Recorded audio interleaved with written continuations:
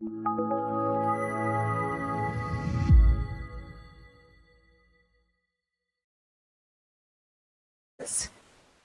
going like fabulous. Good. So let's press record and get into this very important topic. You're listening to another ambitious Entrepreneur Network.com podcast, the voice for entrepreneurs and small business. Now, onto the show. Welcome to the Christian Entrepreneurs Podcast, daily conversations with Christian entrepreneurs to inspire and empower Christian business owners to walk strongly in their faith, while build a thriving business that honors Him in every way. Now, over to your host, Anne-Marie Cross. And welcome to another episode of the Christian Entrepreneurs Podcast. This is episode 105, and I'm your host, Anne-Marie Cross, the podcasting queen. Now, my guest today says saying no is one of the most powerful time management tools. And I know for some of you, that's just push some buttons. So today's show is an absolute must listen and watch for you. Joining me today is returning guest Elizabeth Grace Saunders. Now, Elizabeth is an internationally recognized expert on effective time management, and she's the founder of Real Life E-Time Coaching and Speaking. And her company partners with individuals on the journey from feeling guilty, overwhelmed and frustrated to peaceful, confident and accomplished. I'm sure we all want some of that. Now, she has been featured on CBS, ABC, NBC and Fox and the Christian Entrepreneurs Podcast for the second time. She contributes to Forbes, Harvard Business Review and Fast Company, and she has published 3 books. Now, on today's show, Elizabeth is going to share how to have time for what's actually happening to you, how to stop feeling guilty about saying no, and how to have more clarity each and every day and get much more accomplished in less time. So welcome to the show again, Elizabeth. My pleasure. I'm delighted to be here. I can't remember what show you were in last time. Can you remember when you came back on the show? I can't remember the precise number. I'm sorry. Yeah, it's been quite some time, but we connected on Facebook, and I said, you really need to come back on the show and talk about some of these really important time management tools. And I love the way that you've titled it, saying no, such an important time management tool, because often we can be our own worst enemies when it comes to having enough time to do things. So I can't wait to dive into that. So let's talk about, when we're talking about time management, having time to do what's actually important to you. Because this is something that you want to talk about, I'm then assuming that often we're doing so much that if we had a look at all of the tasks, a lot of it's not really important stuff. Is that what you're finding with a lot of people? Oh, absolutely. I think this has always been an issue, but particularly with technology and how so much of our lives are driven by email or our phone or other outside influences. Yes. I really believe most people spend most of their time doing things that aren't important stuff. I know that sounds awful, but I think that's just the natural path of least resistance. So the only way to actually live a different sort of life is to be intentional. Yes. It's so important that we recognize that. And then for some of us, maybe some practical tips that you can share to help us to define what is actually important. Yeah. Because some people, I know that they're nurturers and they love to help others. So for them to even consider that maybe doing things for other people may not be the most important things that they need to do can be a real life-changing understanding for them. So what are some things that we need to know about this? Right. Well, the point you made is really good about the fact that a lot of this is based on being interdependent, whether it's with technology or people. So one of the first steps is stepping away and being by yourself to make these decisions at first, at least the ones you can make on your own. And that's just really taking some time to think through, what are the key categories that are important to me? So this is the Christian Entrepreneur Podcast. So hopefully God or faith is somewhat important for many of us. We'd say that's at the center. Many of us have friends or family that are important to us, important people in our lives. Obviously, there's our work, hopefully health and wellness. We need to stay alive. And so just taking some time, it can be as simple as taking a journal, or if you prefer iPad or your computer, and to just reflect, okay, what are the key categories in my life? The ones I mentioned are probably within them. And then within those, what's important to me? And that will look a little different for each person. But what I'm encouraging people to do here in a practical sense is step away, think about the priorities, which are a little more abstract, and then translate those into activities you can get on your calendar. So I'll give a few specific examples. So for example, maybe someone says health and wellness is important. I want to live a happy and healthy life, and that really is important to me. Well, that's great, but you need to translate it into a specific activity, such as going on a walk 3 times a week for 30 minutes that you can then get on your calendar, or at least get in a daily checklist that you can really start to say, every Monday, Wednesday, and Friday, I need to find 30 minutes for it. Or again, if we say, faith is important to us, well, everyone, that looks a little different. But for some people, maybe that looks like making sure you have time to go to church, or making sure you have time to pray, or whatever that looks like.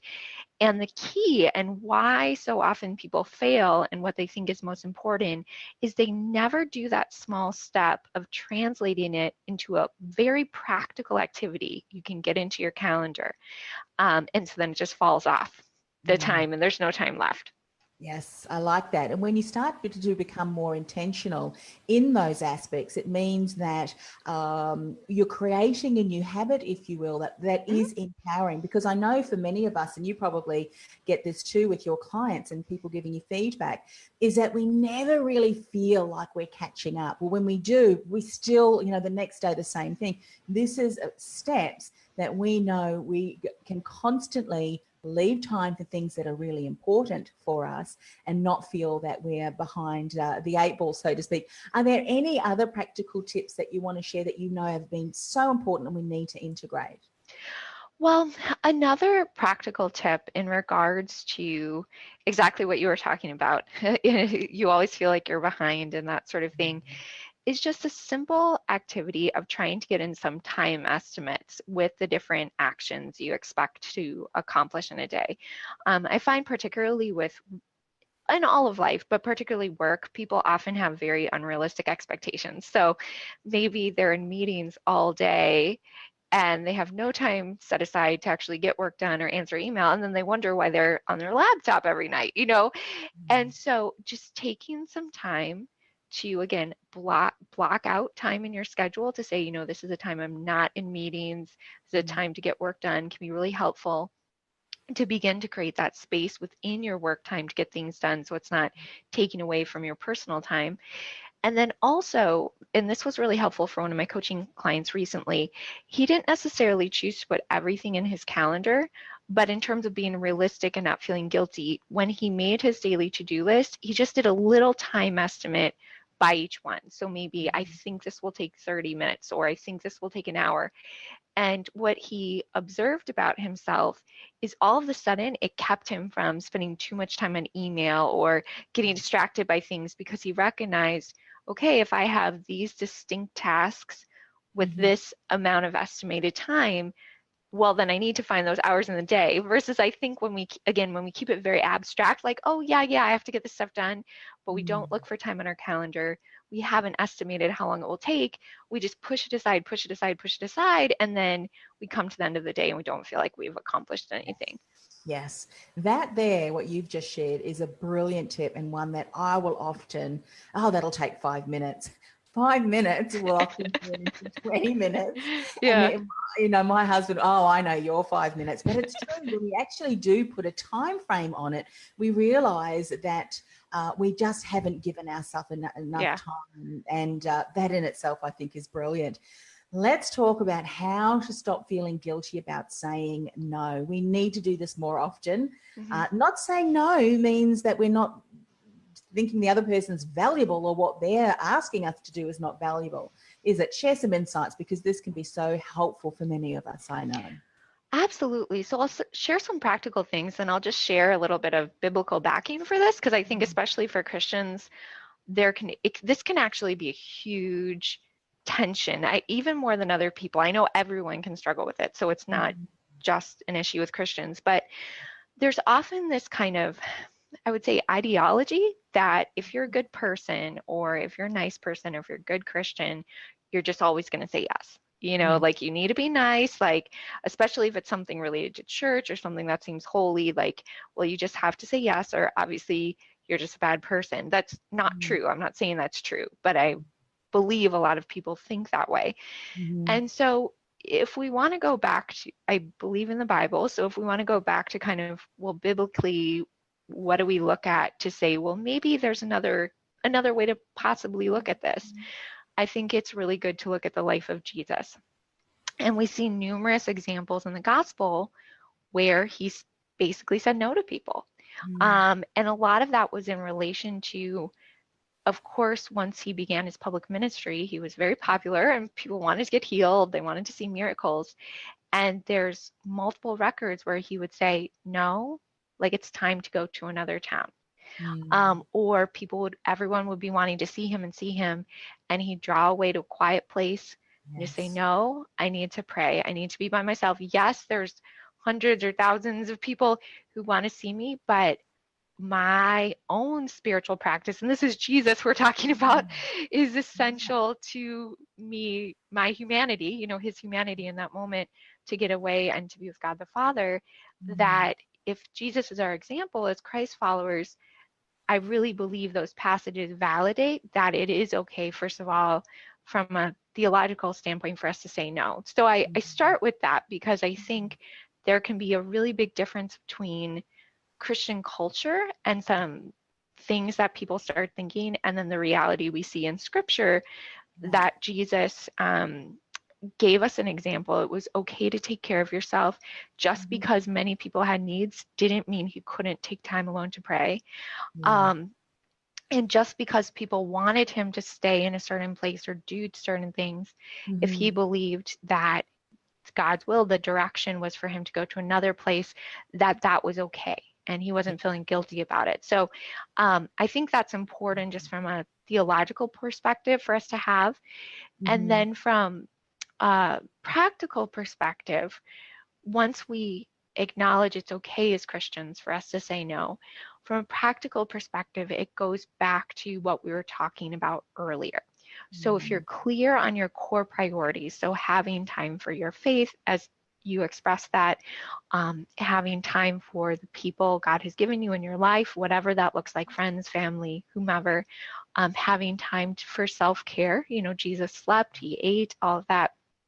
So if you look at that and you have got your calendar laid out, you know, a rough estimate of how things fit, that then demonstrates to you how much time, what's your capacity, what's left over. And so if you want to not feel guilty about saying no, when a request comes in, if you look at your time capacity, like I have a very full week this week, and literally there's no space like in your schedule, then it's like, okay, well, that answers the question. I'm going to say no without guilt, because that's just the reality of my resources right now. Does that mean God can never work in some ways to give us resources beyond or switch priorities? Well, of course not. God can do what he wants, and if he really desires you to do something, he will provide the time. But as a general rule, just like with our finances in general, God calls us to be good stewards of our finances and not to, you know, maybe go into debt or do certain things because he's typically not leading us in that way. In the same way with our time, although yes, there absolutely can be exceptions. In general, if you don't have the time, that's a pretty clear indication it's probably something to say no to. Yeah. I think that time and money are two aspects that people will often struggle with, and you know, it's around what you've been sharing today. And I think the biblical principles that you referred to are just so such a way for us to model. And yes, Jesus did separate himself from the crowd, if you will. Something else that he did too, and I think this is so important for all of us as Christian entrepreneurs. I mean, there's a lot of opportunities where we can contribute if we wanted to become part of or you know, groups and ministry in our churches. Yet there are certain gifts and talents that we've been blessed with and best best suited for us to say yes to those opportunities. Now, Jesus was a prophet. He preached, he did miracles. He was a carpenter by trade. Now, as he traveled, unless I'm wrong, I don't think he was building churches actually with a hammer and nail and doing any repair work and all that kind of thing. And so why I'm sharing this is that sometimes, yes, there are so many opportunities that we can contribute, and some we say yes to and others are not yet tapping into where our natural skills and gifts. So don't feel guilty about saying no to something that you really don't really feel that you can contribute to. Do you find that that's often a struggle for people too? Absolutely. And also you made the good point of seasons. You know, there was a season where Jesus was a carpenter, literally. And then there was a season when he was in his public ministry where I haven't seen any record that he was a carpenter at that point. So I think you're correct. So yes, you're absolutely right. And I think that a big issue for this, especially in general for all people, but especially as Christians, is sometimes we can think because someone asked us to do something, particularly if we revere them as someone very holy, you know, oh, well, the pastor asked me to do this, or, you know, someone who's a leader in my church, well, then it must mean God's wanting me to do it, you know, like we're thinking like, oh, well, that must be a sign. And it could be. And I've had times where I was asked to do certain things in church when initially I thought, I don't know about that. I never thought about it, but then I stepped away, prayed about it.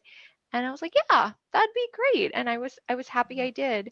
And alternatively, there's times I've been asked to do things and I've declined. I stepped away, prayed about it, was like, no, that doesn't seem like a fit. And it's interesting. This actually came up in my own business, or has come up in my own business. So similar to you, I have a large part of my business that's for everyone. You know, it's time management coaching. There's no particular religious connotation to that. And then I have a divine time management, which is my Christian group coaching program and book. And I really feel called to serve people, professionals. So I've worked with professionals my whole life. I love it. And I love working with Christian professionals and, you know, adults in a variety of fields, but are, you know, working adults. And someone brought the idea to me of, he's like, oh, you could translate, you know, the work that you're doing with divine time management to high schoolers. And, you know, I didn't mind at all that he shared, you know, and I appreciated his passion. It was great to give me a suggestion, but I stepped away, I prayed about it, and I realized, you know, and I told him this, I've never felt called to do that. I do volunteer in my church. I actually volunteer in the nursery with the babies. But, you know, I've never felt called to do lots of things with high school ministry, either in my church or professionally. And so that's an example of, basically, I said no to that idea. It wasn't that I didn't pray about it, but I think as Christians and also as business owners, people will come to you with ideas and they may be very passionate about it for one reason or the other, and maybe project that onto you. And you need to really say, okay, God, is this you opening me up, or would this be a diversion from who God called me to be and what I'm supposed to do?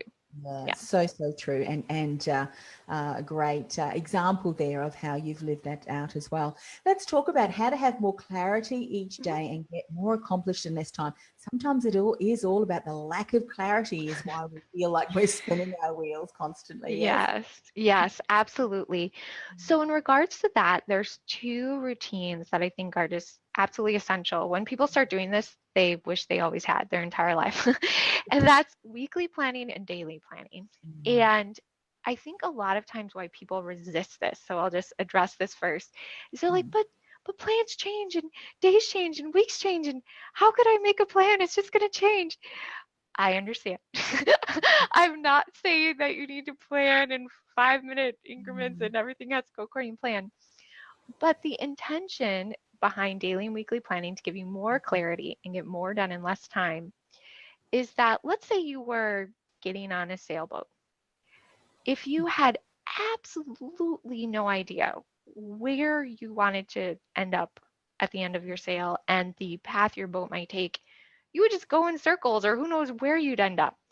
But when you start a sailboat ride, you generally say, especially if it's a long one, okay, this is where I hope to get by the end of the day, and this is about the course.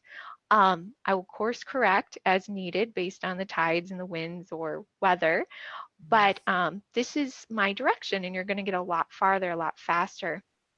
So if you do a weekly planning process where you basically review high level what are the different projects on your plate, the different priorities you want to accomplish at work or at home, and then take some time to at least sketch out, whether it's on a piece of paper or in your calendar, these are a few business building activities I'd like to do this week, because we know those always get neglected, or can get neglected, or this is when I'm going to exercise, or I keep saying I'm going to finally get that thing for my house and I just never go out and buy it.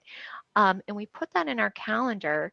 And then a daily basis, some people like to do this the night before, some people the morning of, you review what you have laid out, make adjustments as necessary, and then try to stay on that trajectory throughout the day. You'll get so much farther, so much faster than never having thought about it. You completely forgot you even wanted to do business development this week. You start into your email, you wander around, read some articles, hopefully you listen to our podcast. That's not a bad thing. And then you get to the end of the day, and you're like, what did I even accomplish? And you just feel so frustrated, and that thing you wanted for your house still isn't bought, 3 weeks later. So this is really important. It's very simple, can take you a few minutes even each day. And it just makes such a dramatic difference, particularly if you understand it's your general course. It's not this strict test of having to get everything done. Yeah.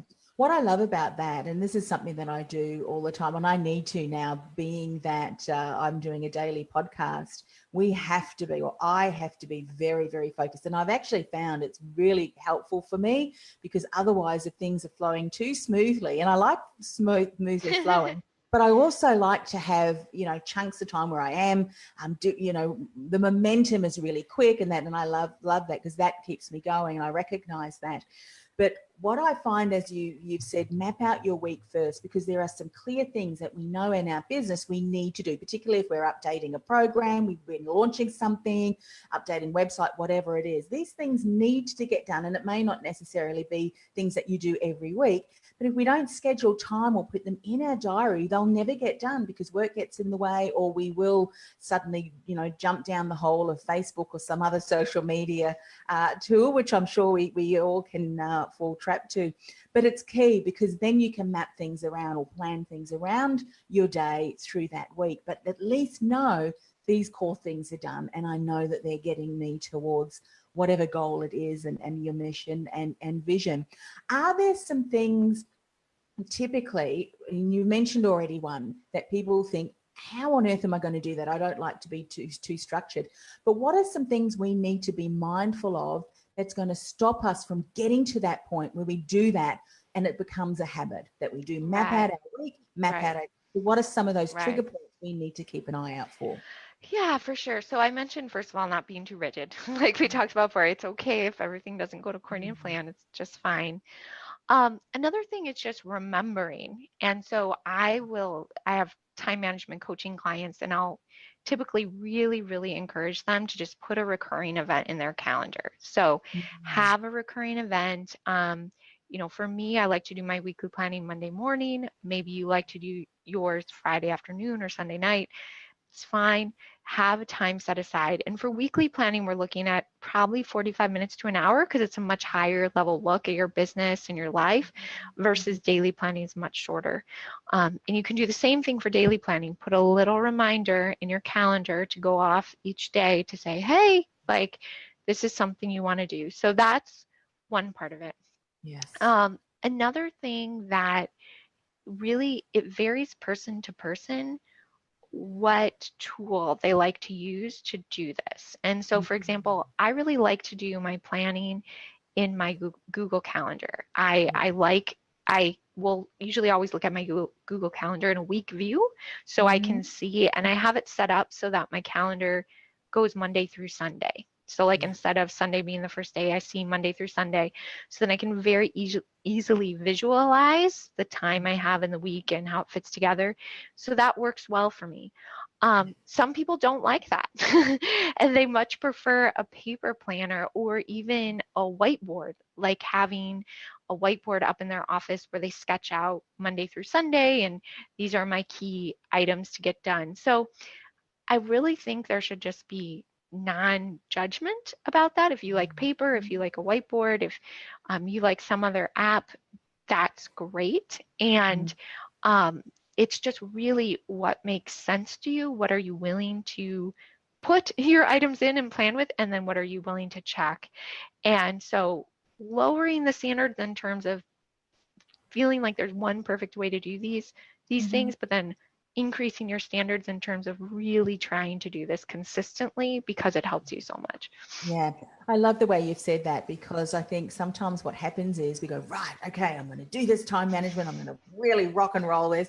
And then we try and implement a system. Like for me, I've gone out and bought beautiful paper diaries. I mean, they're gorgeous and I'll use them for a week. And then they just kind of sit there, on my desk looking I love the electronic. Everything goes into my diary that's electronic.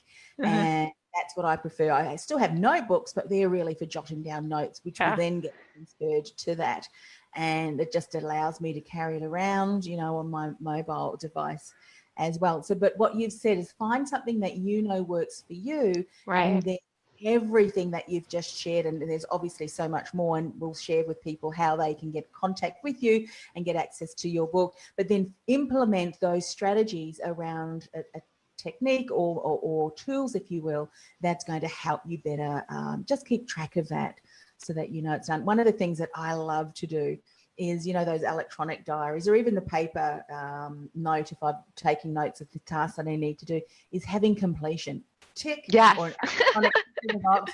Those kind of things, if they work well for you, and as many of us, we are ambitious, we have a drive in a good way, that when it's a task completed, we go tick, and that gives us momentum, doesn't it?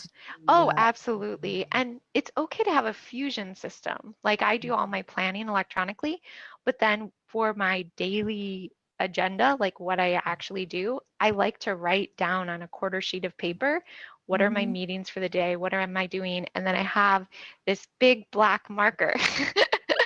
And so I can cross them off. And it makes me feel so happy. Like when I see the whole paper blacked out, I'm like, yay! I know. My daughter, a little bit off topic on this, but it just shows you what works for you. Do that, because that's going to, give you momentum. My daughter's a personal trainer, and we go there a number of times per week. And then there's this, it's called GVT, German volume training, where you've got to do 10 sets of, 10 of these things. So 2 exercises times 10. So it's 100. And then you've got like 10 marks. And every time we finish the next group of 10, it's off. And so that's minimizing. So by the time it's finished, it's so good, so rewarding. But that's what we want to do, is really reward ourselves, whatever means. Right. That enables us to say, job well done. It's been such a pleasure speaking with you again, Elizabeth, and really seeing some of these practical tools and how we can apply those in our business to be far more better stewards of our time, if you will. Share with us, how can we get in contact with you? How can we get a copy of your book as well? Absolutely. So my website is realife.com. So I'll spell that. It's REALLIFE, and then another E.com. E is in Elizabeth. And then in terms of my book, it is wherever Amazon is, my books are available. If you put in Elizabeth Grace Saunders into Amazon, you'll find it, or other booksellers. And if you want to specifically find out more about my most recent book, that's at divinetimebook.com. So again, that's divinetimebook.com. And that's really on the faith-based approach to time management. So practical tools, but with that biblical perspective. So we make sure that we're aligned with God. Fantastic. So we'll put all of those links on the show notes, ambitiousentrepreneurnetwork.com/TCE105. And if you haven't already listened to Elizabeth's previous interview, it was episode 11. So we have done quite a few episodes between that. So go to the christianentrepreneurspodcast.com and look up episode 11, and then she shares some more of your faith journey and again principles around time management from the biblical point of view. So thanks once again for coming on the show. My pleasure. Thank you for having me. It was a joy to be here. You've been listening to the Christian Entrepreneurs Podcast, brought to you by BeTheDifferenceMovement.com. Changing the world one message at a time. Do you feel called to influence real change with your message? Join our supportive community of like-minded influencers, thought leaders, and disruptors at www.BeTheDifferenceMovement.com. That's BeTheDifferenceMovement.com.